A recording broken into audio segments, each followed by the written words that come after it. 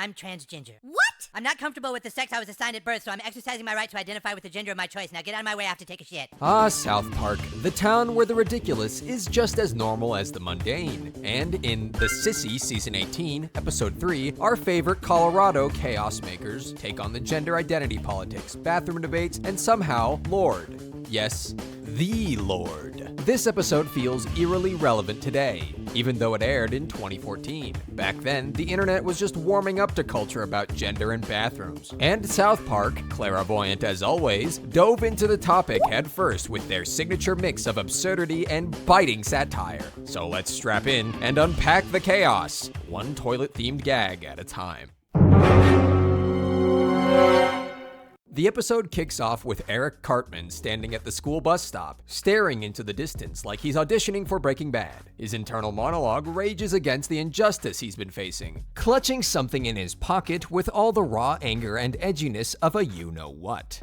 With the potential school shooter's internal monologue raging against the injustice he's been facing, and how if he's pushed to the edge so much as a single time more, he's going to snap, he's really going to see red.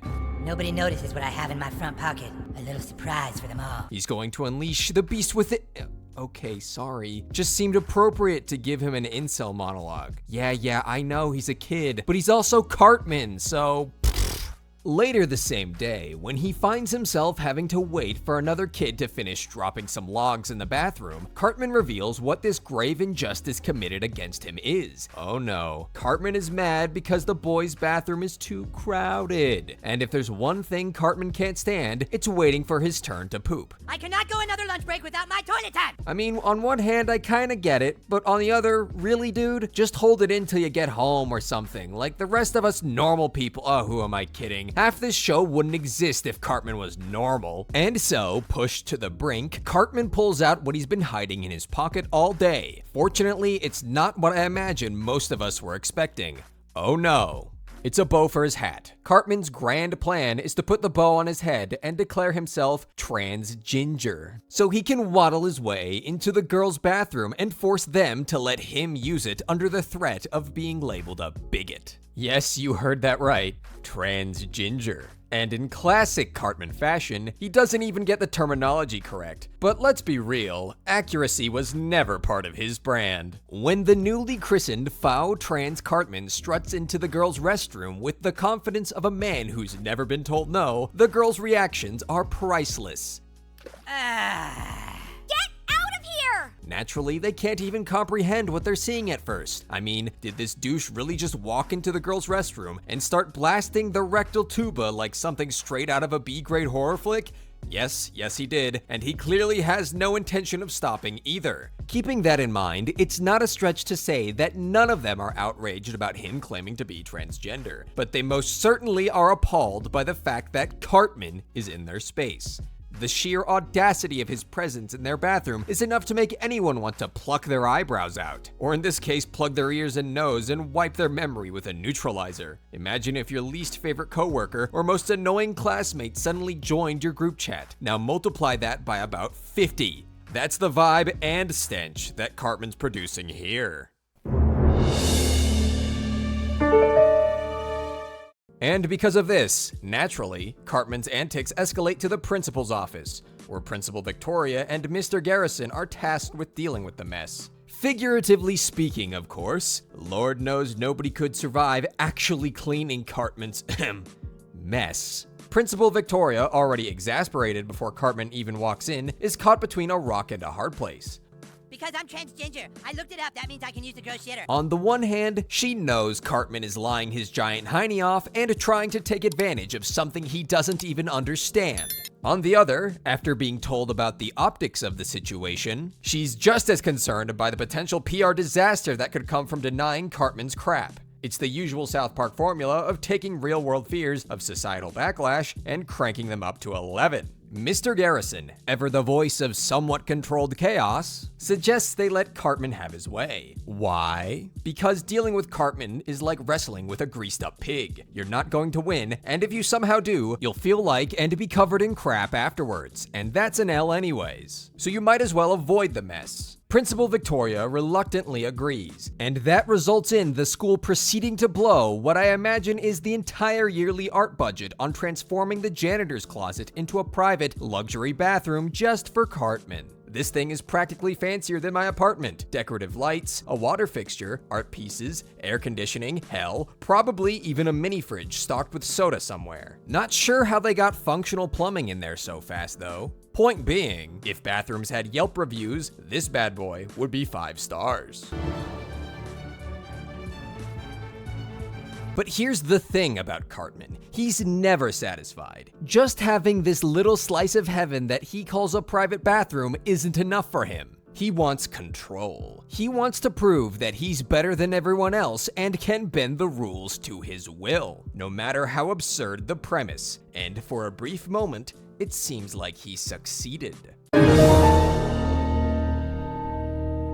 Enter Wendy Testaburger, Cartman's eternal rival and one of the few people in South Park who consistently calls him out. Wendy isn't buying Cartman's transgender act for a second, but rather than confront him head on, she decides to beat him at his own game. Wendy shows up to school the next day with a fresh cut, a new fit, declares herself transgender, and starts using Cartman's private bathroom under the name Wendell. After all, surely Cartman had that bathroom made for transgender people like himself, right? It's a power move so petty, it deserves a standing ovation. And then some. Wendy? How's it hanging? Cartman's reaction? Pure, unfiltered rage. Do you mind? This is occupied! It's cool, I'll wait. Dude, this is my fucking bathroom! He storms into the principal's office, demanding justice and screaming like a kid who just absolutely got destroyed on Call of Duty in the early 2000s. For someone who built his entire identity on being special, sharing his fancy bathroom with Wendy is an unforgivable and even appalling idea.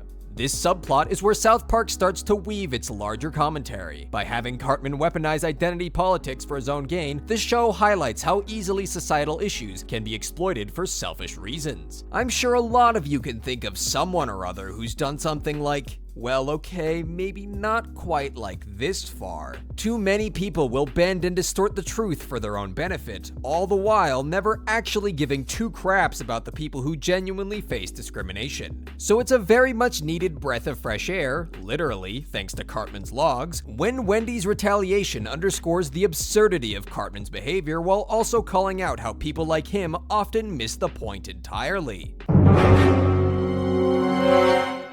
Having no way to win this battle of wits thanks to his lack of any, Cartman spirals into chaos, furious that his private bathroom sanctuary has been invaded by Wendy.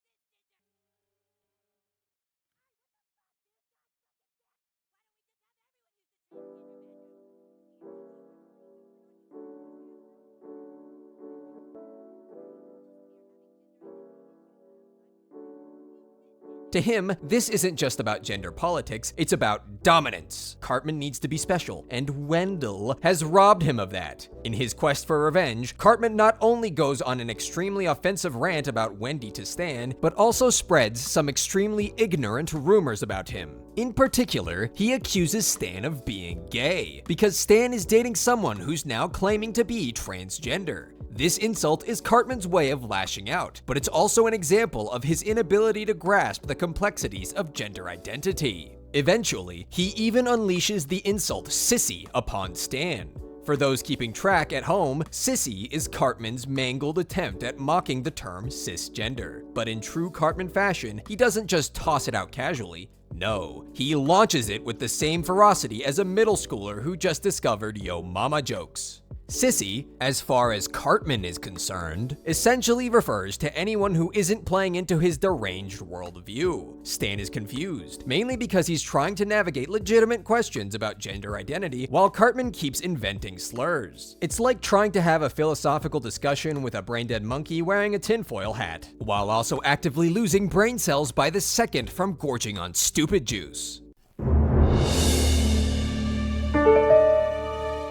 Luckily, the insensitive douche's reign doesn't last much longer, as the very next day, at school, the bathroom debacle reaches its absurd conclusion. Principal Victoria, tired of Cartman's antics, decides to abolish the transgender bathroom altogether with a vote held by the student body. Instead, the school implements a new policy. Anyone can use whichever bathroom they feel most comfortable in.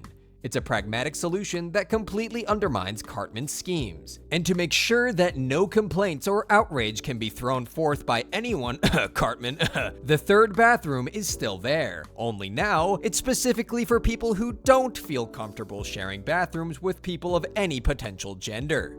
You'd think that works just fine for Cartman, but as we all know, this was never about gender issues for him.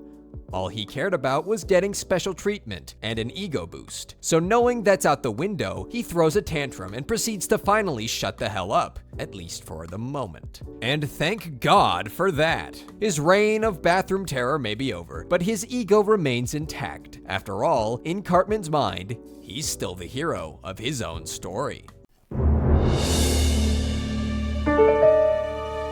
The episode ends on a surprisingly poignant note. As Stan embraces his time in the sissy bathroom, he breaks into a song reminiscent of Randy's parody pop tracks. It's a hilarious yet heartfelt moment that ties the episode's themes together.